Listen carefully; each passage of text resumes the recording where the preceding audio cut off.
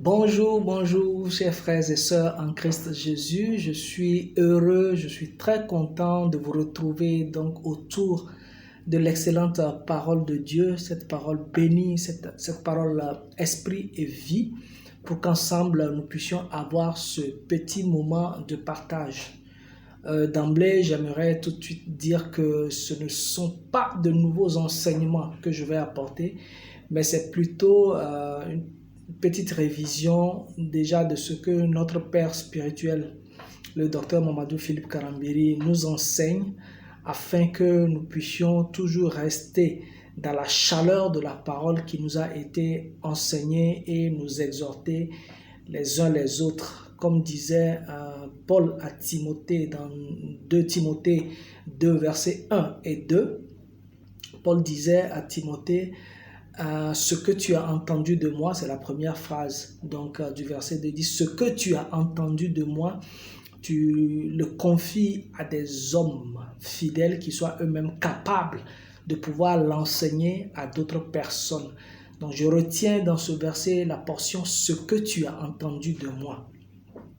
Donc je comprends par là que ce que nous avons entendu des pères, c'est ce que nous devons enseigner. Ce que les fils ont entendu des pères, c'est ce qu'ils doivent enseigner. Comme disait Jésus, je ne dis que ce que le Père m'a enseigné. Donc, comme je le disais, nous allons simplement revisiter l'enseignement reçu le 17 mai 2020 qui était intitulé « La puissance du témoignage ». L'enseignement est disponible sur la page YouTube de RMC Impact TV. Vous allez sur YouTube, vous tapez RMC Impact TV, IMPAC TV, et vous allez retrouver ce message, un message puissant. Et donc, dans cet enseignement, le Père spirituel nous a exhortés à être des témoins de Christ. Chaque membre du corps de Christ doit être un témoin de Christ, car c'est à cela que Christ nous a appelés, être son témoin. Quelle que soit notre position, quel que soit ce que nous faisons dans l'Église, la première chose que le Seigneur attend de nous, c'est d'être un témoin fidèle de lui-même. Il nous a aussi expliqué dans cet enseignement que témoigner, ce n'est pas d'abord raconter ce que Dieu a fait personnellement dans notre vie ou de ce que nous avons eu comme bénéfice de l'intervention divine dans une certaine situation dans notre vie. C'est bien de faire cela, mais je dirais que ça, c'est la face B du témoignage. Il y a la face A du témoignage qui est de parler de qui est Christ et de parler de son œuvre achevée en faveur des hommes. L'œuvre de Christ en faveur des hommes. Donc, parler de la personne de Christ et parler aussi de son œuvre achevée à la croix. C'est ça, être un témoin. Comme je le disais, ça, c'est la face A. La face B, maintenant, nous pouvons donner notre témoignage des bénéfices que nous avons expérimentés quand nous étions dans telle ou telle situation. Mais ce sont les deux faces qui font un témoignage complet. Mais le témoignage le plus important, c'est surtout de parler de Christ. Le témoignage primordial, c'est de parler de Christ et de parler de son œuvre achevée. C'est pour cela que Paul disait donc dans 1 Corinthiens 2, si nous ouvrons dans 1 Corinthiens 2, au verset 2, qu'est-ce que Paul dit là-bas? Il dit, je n'ai eu la pensée d'entendre parmi vous, je vais le lire, il dit, car je n'ai eu la pensée de savoir parmi vous autre chose que Jésus-Christ et Jésus-Christ crucifié. Je n'ai eu la pensée d'entendre autre chose parmi vous que Jésus-Christ et Jésus-Christ crucifié. Donc la personne de Christ, mais aussi de l'œuvre de la croix. La nature de Christ, mais aussi de l'œuvre de la croix. Et c'est la connaissance de ces deux choses-là, de la personne de Christ, du caractère de Christ, qui il est réellement, et de ce qu'il a fait à la croix du Calvaire pour nous, dans son œuvre achevée. C'est ça qui produit la vie. C'est ça qui produit des changements dans la vie de ceux qui entendent notre témoignage. C'est pour cela que nous ne devons pas, en tout premier lieu, mettre en avant ce que nous avons expérimenté d'abord, hein, comme bénéfice de ce que Christ a fait, mais nous devons premièrement parler, mettre la priorité sur la personne de Christ et sur ce que Christ a accompli à la croix du Calvaire. Est-ce que vous voyez? Donc, pourquoi mettre la priorité sur la personne de Christ et sur son œuvre achevée? Parce que notre témoignage à nous, quand nous disons je vais donner un témoignage, j'étais dans telle situation et puis j'ai prié, le Seigneur a exaucé, le Seigneur a agi de telle ou de telle manière. Ce témoignage-là, ça encourage quelqu'un. Ça donne espoir à quelqu'un pour lui dire ne te décourage pas, le Seigneur peut faire aussi pour toi. Ça lui donne de l'espoir. Ça lui donne de pouvoir encore se dire oui, je peux expérimenter encore un changement de la part du Seigneur, un changement dans ma situation de la part du Seigneur. Donc ça lui donne de l'espoir. Mais le témoignage de la personne de Christ, du caractère de Christ, de sa nature et de son œuvre achevée. Quand nous témoignons de qui est Christ, quand nous témoignons de son œuvre achevée, ça donne la vie.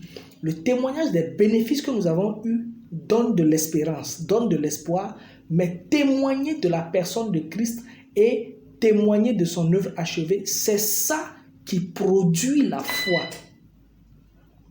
C'est ça qui produit la foi. C'est ça qui donne la vie. C'est ça qui donne la vie Zoé. C'est ça qui ouvre les portes du royaume à celui qui entend ce témoignage-là.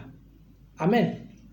Donc, notre exhortation va s'intituler « Pourquoi est-ce qu'il est important d'être un témoin de Christ ?»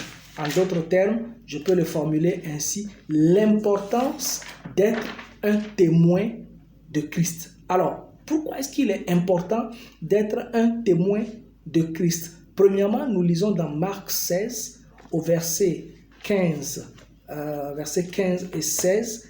Qu'est-ce que la Bible nous dit là-bas?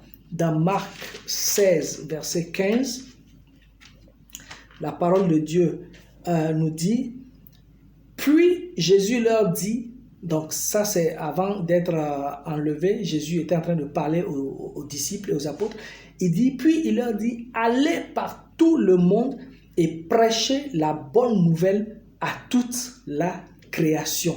Au verset 16, il dit quoi? Celui qui croira et qui sera baptisé sera sauvé, mais celui qui ne croira pas sera condamné. Sur la base de ces versets-là, qu'est-ce que nous pouvons retenir? C'est que premièrement, en témoignant de Christ et de son œuvre achevée, nous sommes dans la volonté parfaite de Dieu. Nous sommes dans la volonté parfaite de Dieu. C'est ce qu'il a dit. Il dit d'aller. Donc, c'est un ordre qu'il nous a donné. C'est une instruction qu'il nous a donnée. Donc, si nous allons vers les frères, nous allons vers nos soeurs, les membres de nos familles, nos collègues de bureau, nos collègues dans les entreprises, si tu es commerçant, tu es médecin, quel que soit le domaine dans lequel tu te trouves, en témoignant de Christ et de son œuvre achevée, qu'est-ce que tu fais? Tu es dans la volonté parfaite de Dieu. Donc, c'est important de témoigner. Tout le monde dit, moi je veux pratiquer, je veux connaître la volonté de Dieu, je veux savoir quelle est la volonté de Dieu. Voici un pan de la volonté de Dieu ici. Il dit d'aller et de parler, d'aller et de dire qui il est et ce qu'il a fait. Donc, étant un témoin, quand tu témoignes de ce que Christ a fait, de qui est Christ et de ce qu'il a fait, dis-toi que tu es dans la volonté parfaite de Dieu. C'est ce qu'il a dit ici. Pourquoi est-ce que nous pouvons affirmer que nous sommes dans la volonté parfaite de Dieu en allant témoigner? Nous voyons une deuxième preuve dans 1 Timothée 2, versets 3 et 4. Qu'est-ce que la parole de Dieu nous dit là-bas? Si nous lisons dans 1 Timothée 2, versets 3 et 4, c'est quand Paul exhortait donc à prier pour les autorités, à élever la voix et a plaidé devant le trône de la grâce pour eux. Au verset 3, il dit « Cela est bon et agréable devant Dieu, notre Sauveur. » Verset 4, « Qui veut que tous les hommes soient sauvés et parviennent à la connaissance de la vérité. » Donc le verset 4 nous dit que la volonté de Dieu, il dit Dieu veut que tous les hommes soient sauvés et parviennent à la connaissance de la vérité. Donc quand nous témoignons de Christ, nous témoignons de ce qu'il a fait, nous sommes dans la volonté parfaite de Dieu, puisque c'est cette parole de l'évangile-là qui leur permet de recevoir le salut, de recevoir la vie éternelle, de recevoir la vie Zoé et de rentrer dans le royaume de Dieu, de devenir des enfants de Dieu. Il dit Dieu veut que tous les hommes soient sauvés. Or, quand nous avons lu dans Marc 16, qu'est-ce que la Bible a dit? Il dit celui qui croira sera sauvé. Donc, le témoignage de qui est Christ, de son œuvre achevée, apporte le salut à quiconque l'entend et quiconque croit à ce témoignage-là. Donc, il est très important que nous soyons des témoins, premièrement, parce que nous sommes, en témoignant, nous sommes dans la volonté parfaite de Dieu. Dieu veut que tout le monde soit sauvé. Donc, ils ne peuvent pas être sauvés s'ils n'entendent pas l'évangile. Ils ne peuvent pas entendre l'évangile s'il n'y a pas de témoin qui parle. S'il n'y a pas quelqu'un qui parle, qui prêche l'évangile. Donc ça, c'est le premier point du pourquoi nous devons être des témoins. Le deuxième point, nous lisons ça dans Acte 1 au verset 8. Acte 1 au verset 8. Qu'est-ce que la Bible nous dit là-bas? Dans Acte 1 au verset 8, on le connaît par cœur, mais je préfère le lire dans la parole, dans les Écritures. Il dit, mais vous recevrez une puissance, le Saint-Esprit survenant sur vous, et vous serez mes témoins à Jérusalem, dans la Judée, dans la Samarie et jusqu'aux extrémités de la terre. Et nous pouvons compléter ce passage-là donc par toujours dans Marc 16 au verset 17 et 18. Marc 16, versets 17 et 18, pour compléter le passage de Acte 1, 8. Qu'est-ce que nous pouvons lire là-bas? Il dit, voici les miracles qui accompagneront ceux qui auront cru. En mon nom, ils chasseront les démons, ils parleront de nouvelles langues, ils saisiront des serpents. S'ils boivent quelques breuvages mortels, il ne leur ferait point de mal. Ils imposeront les mains aux malades et les malades seront guéris. Donc, le deuxième point du pourquoi il faut être un témoin, en témoignant de Christ, en témoignant de ce que Christ a accompli à la croix, la puissance du Saint-Esprit, la puissance de Dieu se manifeste au travers de nous. Il y a beaucoup de gens qui aspirent, ouais, moi je veux pouvoir accomplir des miracles, je veux pouvoir faire ci. Et souvent, ils n'ont pas la bonne démarche. Ils vont aller voir un homme de Dieu, oui, prie pour moi, pour que je puisse aussi avoir l'onction, pour pouvoir faire des miracles. Ou je veux l'onction des miracles. C'est bien.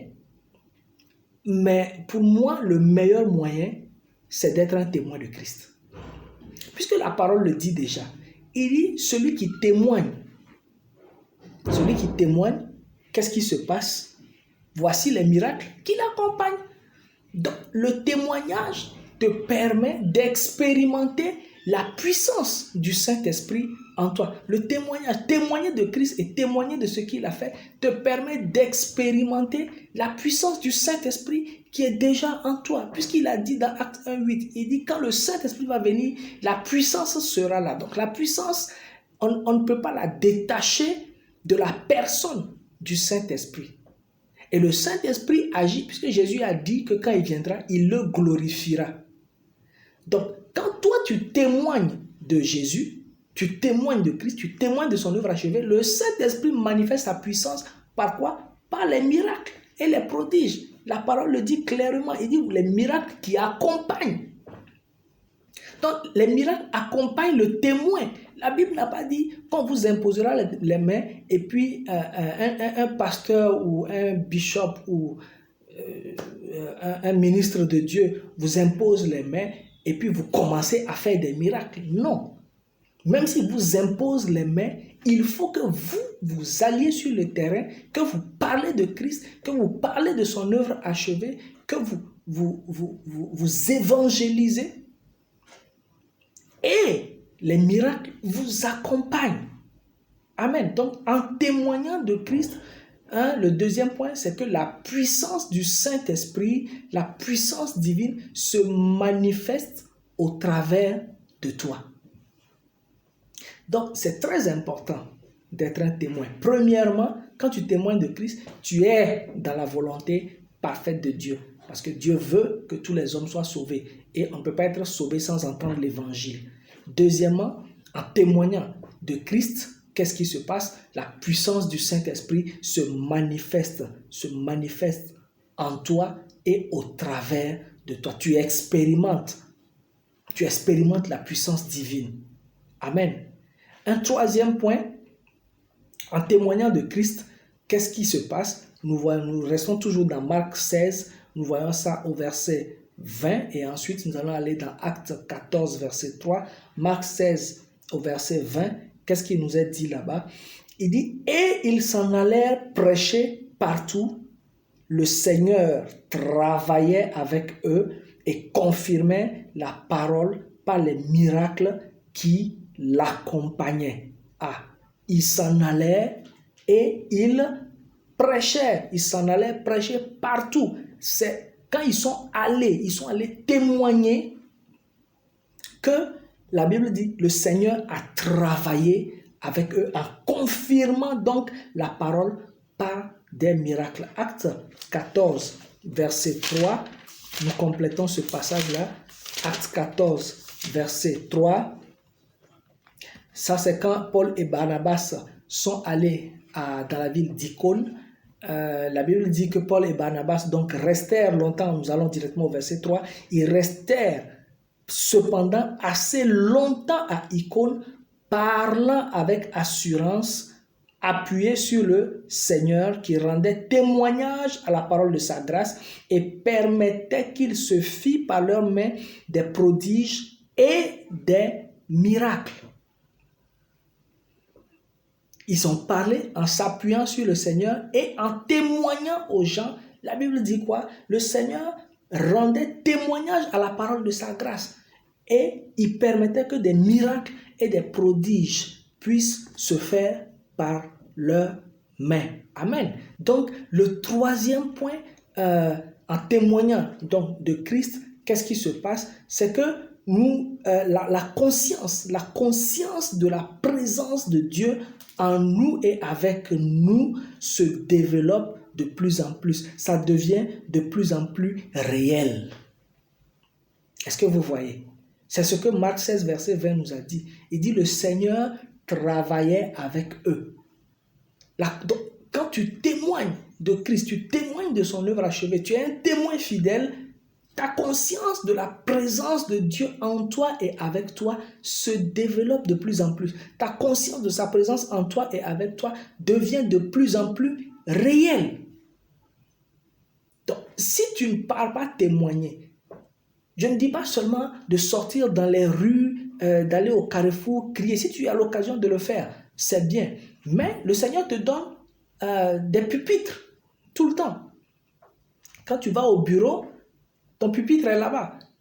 Si tu es médecin, tu vas à l'hôpital, ton pupitre est à l'hôpital. Si tu es mécanicien, au milieu des mécaniciens, ton pupitre est là-bas. Si tu es commerçant, ton pupitre est au marché. Si tu as une entreprise, ton pupitre, c'est dans ton entreprise, avec ceux qui travaillent avec toi.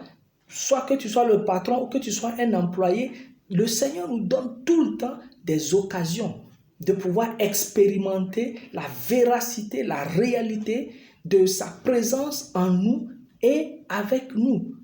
Il y a des gens, ils s'attendent seulement à la manifestation de la présence de Dieu quand eux, ils sont dans leur temps de prière. Ils veulent sentir, frissonner, grelotter un peu, sentir la présence de Dieu là-bas. Mon frère, si tu veux expérimenter tu vas développer la conscience de la présence de Dieu en toi et avec toi. Mon frère, je t'exhorte, va témoigner. Sois un témoin. C'est ça l'importance d'être un témoin. Quand tu témoignes de Christ, de son œuvre achevée, la conscience de la présence de Dieu en toi et avec toi devient de plus en plus réelle. C'est pour ça que Dieu nous demande d'être des témoins. Amen. Et nous abordons un quatrième point pour ensuite aller vers la fin.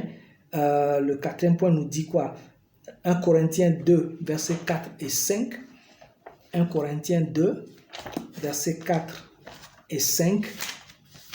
Qu'est-ce que la Bible nous dit là-bas? Dans 1 Corinthiens 2, versets 4 et 5, il dit « Et ma parole et ma prédication ne reposaient pas sur les discours persuasifs de la sagesse, mais sur une démonstration d'esprit et de puissance, afin que... » c'est cette partie qui est très importante. « Afin que votre foi fût fondée non sur la sagesse des hommes, mais sur la puissance de Dieu. » Afin que votre foi fût fondée non sur la sagesse des hommes, mais sur la puissance de Dieu. Et Acte 8, versets 5 à 8, Acte 8, versets 5 à 8, nous dit, Acte 8, versets 5 à 8, il dit, Philippe, étant descendu dans la ville de Samarie, y prêcha le Christ, ou en d'autres termes, témoigna du Christ. Verset 6, les foules tout entières étaient attentives à ce que disait Philippe lorsqu'ils apprirent et virent les miracles qu'il faisait. Verset 7, car des esprits impurs sortirent de plusieurs démoniaques en poussant de grands cris, et beaucoup de paralytiques et de boiteux furent guéris. Verset 8, et il eut une grande joie dans cette ville. Amen. La Bible dit quoi? Verset 6, les foules tout entières étaient attentives à ce que disait Philippe. Elles étaient attentives. Mais la Bible nous dit quoi? Que Philippe prêcha Christ. Il n'a pas prêché autre chose. Il a témoigné de Christ. C'est ça qui a amené les foules à être attentives à ce qu'il est en train de dire. Et quand nous avons lu dans 1 Corinthiens 2, verset 4 au verset 5, qu'est-ce qui a été dit? Il dit, afin que notre foi fût fondée sur la puissance de Dieu et non sur la sagesse des hommes. Donc, le quatrième point du pourquoi il est important d'être un témoin, quand nous témoignons de Christ et de son œuvre achevée, qu'est-ce qui se passe? Nous donnons l'occasion à celui qui nous écoute de fixer ses regards, de fixer sa foi sur l'amour et la capacité de Christ et non sur la capacité des hommes. C'est très dangereux de prêcher ou d'enseigner dans le but d'attirer le regard des hommes sur soi. Non, nous ne nous sommes pas appelés nous-mêmes. C'est Christ qui nous a appelés dans son ministère, dans son œuvre. Ce qu'il ne faut pas oublier, c'est son œuvre à lui, ce n'est pas notre œuvre à nous. Il nous a fait simplement grâce d'être co-ouvriers avec lui, mais c'est son œuvre à lui. Il ne faut pas que nous oublions cela. Donc, en tant qu'enfant de Dieu, quand nous témoignons de Christ, nous témoignons de ce qu'il a accompli à la croix du Calvaire, nous donnons l'occasion, l'opportunité à ceux qui nous écoutent de fixer leur foi, de tourner leur regard vers Christ, de fixer leur foi sur Christ et non sur la capacité d'un homme et non sur la sagesse d'un homme limité sur la terre. Alléluia. Donc, c'est pour cela qu'il est très important. Je revisite les 4 points. Premièrement, en témoignant de Christ, nous sommes dans la volonté parfaite de Dieu parce que Dieu veut que tous les hommes soient sauvés. Deuxièmement, en témoignant de Christ, la puissance du Saint-Esprit se manifeste au travers de nous. Troisièmement, en témoignant de Christ, la conscience, notre conscience de la présence de Dieu en nous et avec nous devient de plus en plus réelle. Et quatrièmement, en témoignant de Christ, nous donnons l'occasion à celui ou celle qui nous écoute de fixer ses regards sur Christ, de fixer sa foi sur Christ et non de fixer cela sur la capacité d'un homme mortel. Amen. Et c'est pour ça, l'exemple que notre Père spirituel a pris pour terminer ce message-là du dimanche 17 mai 2020 qui s'intitulait « La puissance du témoignage », il a pris un exemple dans Marc 5 au verset 27. Dans Marc 5 au verset 27, et la première phrase de ce verset disait quoi? « Ayant entendu parler de Jésus. » Ayant entendu parler de Jésus. C'était qui? C'était cette femme-là qui avait une perte de sang depuis 12 ans, qui allait de médecin en médecin depuis 12 ans, mais qui n'a pas eu de satisfaction, qui n'a pas eu vraiment de soulagement dans son corps. Son argent est fini, mais elle était toujours malade. Et la Bible dit, un jour, il y a quelqu'un qui a témoigné. Un jour, quelqu'un a parlé de Jésus. Donc, le verset commence en disant, ayant entendu parler de Jésus. Donc, ce qu'elle a entendu lui a permis de faire quoi? De se focaliser sur la personne de Jésus. Sa confiance, comme un rayon laser, s'est dirigée directement sur Christ. Elle n'a pas cherché à tergiverser, non. Sa confiance a été dirigée, comme je le disais, comme un rayon laser, ça a été dirigé sur Christ, sur la personne de Christ. Sa confiance était concentrée sur Jésus et ce qu'il a déjà accompli. Certainement que la personne qui a témoigné à cette dame-là lui a dit, Jésus est dans la ville et j'ai appris qu'il a fait ci, j'ai appris qu'il a fait ça, j'ai vu qu'il a fait ci, il a opéré déjà des guérisons, il est dans la ville, il est même en train d'aller ressusciter quelqu'un actuellement. Et cette femme, sa confiance a grandi, sa foi a été dirigée non vers un homme limité, mais sa confiance a été dirigée vers ce Jésus qui pouvait faire des miracles dans sa vie. Et d'un seul bond, elle s'est levée. Elle s'est levée. Et elle est partie. En partant, elle a dit, si je puis seulement toucher. Donc, ça veut dire quoi? Toute son attention était sur quoi? Sur la personne de Jésus. À cause de quoi? À cause de ce qu'elle a entendu. À cause du témoignage qu'elle a entendu de celui qui est venu ou celle qui est venue lui parler de Jésus. Et comme sa confiance a été dirigée directement sur Jésus, le résultat était clair. Elle a été guérie, elle a expérimenté la guérison dans son corps. La joie est revenue, la paix est revenue. Alléluia. Donc, il est très important pour nous d'être un témoin de Christ, un témoin fidèle de Christ. Dire qui il est. Pour dire qui il est, il faut d'abord que nous-mêmes, nous puissions étudier les Écritures, que nous-mêmes, nous puissions le connaître davantage. Donc, dans cette exhortation, j'ai voulu simplement partager ces quelques points avec vous. Et toi qui suis ce message en ce moment, quelle est ta décision? Qu'est-ce que tu décides de faire? Est-ce que tu décides de te lever? Est-ce que tu décides d'être un témoin de Christ? Ou bien tu veux toujours rester focalisé sur tes propres besoins, ne penser qu'à toi et à toi seul? Oui, toi tu as eu le salut, voilà, Christ est dans ta vie, le Saint-Esprit est en toi, c'est bon, tu te contentes de ça. Ou bien tu veux que les membres de ta famille, tu veux que tes collègues au bureau, tu veux que tes camarades étudiants, élèves puissent aussi expérimenter cette vie éternelle-là, recevoir la vie Zoé. Si tu veux cela, c'est très simple. Décide-toi. Décide-toi d'être un témoin.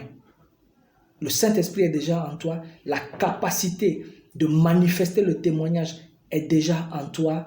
La seule chose qui te reste, c'est de te décider. C'est de prendre cette décision de dire, c'en est assez. J'ai tout le temps pensé à moi-même. Tout le temps, ce sont mes besoins qui m'importaient. Mais à partir d'aujourd'hui, je veux être un témoin fidèle de Christ. Alléluia. Alors, si tu as pris cette décision, je vais ensemble prier avec toi pour dire, Seigneur, merci pour mon frère, merci pour ma sœur, Merci de ce qu'il ou elle a pris la décision d'être un témoin fidèle de qui tu es, d'être un témoin de ce que tu as accompli à la croix du Calvaire. Tu lui as déjà donné ton Saint-Esprit, la puissance est déjà en lui ou en elle. Seigneur, je te remercie. Quand il va se lever, quand elle va se lever pour aller sur le terrain du témoignage, pour témoigner à un frère, témoigner à une soeur, témoigner à un membre de sa famille, Seigneur Saint-Esprit, manifeste ta puissance, manifeste ta grâce, afin que sa conscience de ta présence en lui, avec lui, sa conscience de ta présence en elle et avec elle se développe de plus en plus. Que ta puissance se manifeste par des miracles, par des prodiges, au nom de Jésus-Christ. Amen. Amen. Tu es béni, toi qui as suivi ce message et qui as pris cette décision. Que la grâce de Dieu repose sur toi en abondance et nous nous retrouvons dans un prochain enseignement, dans une prochaine exhortation par la grâce de Dieu. Que la gloire revienne au Seigneur Jésus. Amen.